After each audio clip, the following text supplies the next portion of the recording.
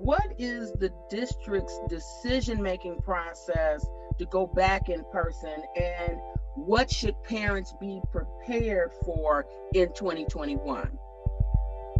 This has always been about data and science for us as a school district. And we said that if the infection rate, positive infection rate in the city is 5% or below, we believe that we should offer parents an in-person option and that it should never be imposed. That we shouldn't be talking about forcing parents to come for in-person learning, but that the option should be there because every parent, every child is dealing with and responding to this and has the resources, capability to respond differently to the pandemic from a learning point of view. But from an equitable access to traditional public education, that schools, at least through learning centers, should be available to all students and in-person learning. So with that being the case, and that takes us back to the summer, fall, when we opened up school, when our infection rates went above 5%, we started to have conversations about suspending it. We decided as a district to suspend even before the governor suspended high school in-person learning. And so our belief right now is that in-person learning is suspended until January 11th. Right now, the infection rate in the city is going down a little bit, but not rapidly.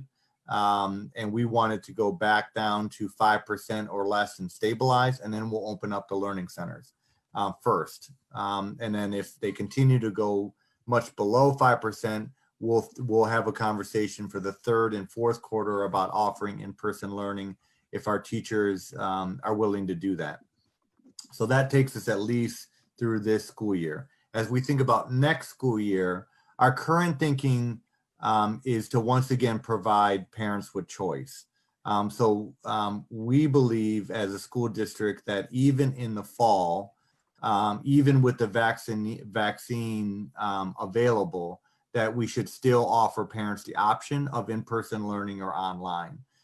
We know that not all Detroiters are going to support the vaccine and be comfortable with having their children or themselves or their greater families participate in the vaccine.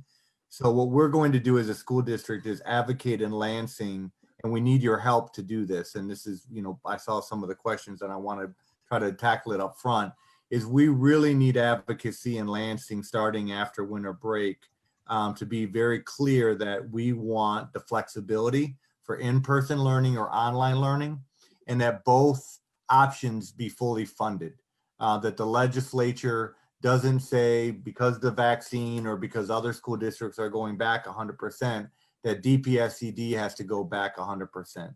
I think any kind of legislative mandate that requires in-person learning in the fall is going to be insensitive to the reality of this country from primarily a race point of view. When we look at the history of immunizations and medical research that has been completely inappropriate to Black and Brown communities. So that's our stance, but I am very worried that the legislature is going to move forward in a direction that is not going to be sensitive to the Detroit community, and possibly move forward on only requiring in-person learning and therefore only funding in-person learning. That would have a significant detrimental impact on us, not only disenfranchising parents, but crippling our budget financially. So there's a couple clear things that I think we need to start thinking about and advocating for, and the district will take the lead, but we need your voices. Per pupil funding at least staying where it was last year. Two, giving the option for in-person or online learning and funding both at the highest, at the normal level. And then lastly, creating some kind of blended model regarding enrollment. I think the legislature and the governor did the right thing going into this year, which was to blend enrollment defined by 75% last year before the pandemic and 25% this year. I think that is a realistic way and an accountable way to say because of the pandemic, enrollment attendance is skewed, and therefore funding should not be solely contingent on the way it was funded in the past. So a lot of information, but that's where we are now. As a school district, very similar to what Representative Lawrence just said, was we are going to, create awareness and an opportunity for the vaccine, but not be in a position to impose it or require it as a school district. We want parents to ask questions, gain to a place of comfort in participating, but if they don't, they don't. And at this point, not make it contingent on enrollment or attending school in the fall. So thank you for that. Now, some of the stuff that you mentioned kind of leads into this next question, and that was, what kind of anticipated deficits, or do you anticipate deficits for 2021? And I'm assuming that probably so, but more importantly, how can the community support, if at all, to avoid any kind of cuts, if that's possible? Yeah, I think we, I was excited about this opportunity because this is the first time, other than a couple radio interviews, that I've had an opportunity to talk about the vaccine since it's come out and what it means for in-person learning in the fall. And so I think as a community, as a school district community, we need to get ahead of this as far as the legislature is concerned, and start advocating now before the legislature starts getting into the requirements for next year, the funding for next year, to say per pupil at the minimum should stay the same, with obvious challenges at the federal and state level with the economy. We know that there may have to be state budget cuts, but that K-12 is protected. They did it last year. I think they should be able to do it this year. So advocacy point one, per pupil funding should stay the same. Two, online learning and in-person learning should both be an option and both be fully funded. And then three, that enrollment is defined by either 75 or 50% before the pandemic, and then obviously, the 25, 50% be based on 21, 22 enrollment.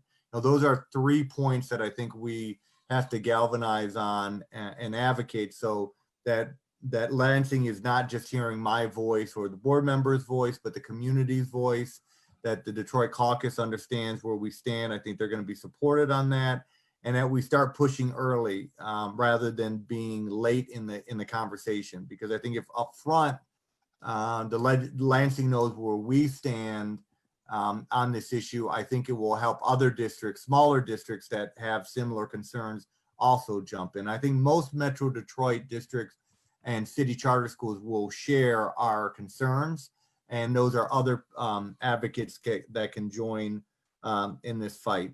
Your direct question about deficits, if those 3 advocacy points are addressed, I'm not worried about our budget next year. If those 3 issues are not addressed, I am worried about our budget, because it would mean that we would have to educate children online, and we're not being paid for it. So that's one issue. The other issue is if enrollment, if enrollment for FTE purposes is only based on the fall count, we run the risk of having a lower count than wherever we're actually educating children, because the pandemic is exacerbating the challenges that we've already had with attendance and chronic absenteeism. And that obviously has a disproportionate impact on us as a school district because of the community we serve and the challenges that they're facing through this pandemic around consistent attendance.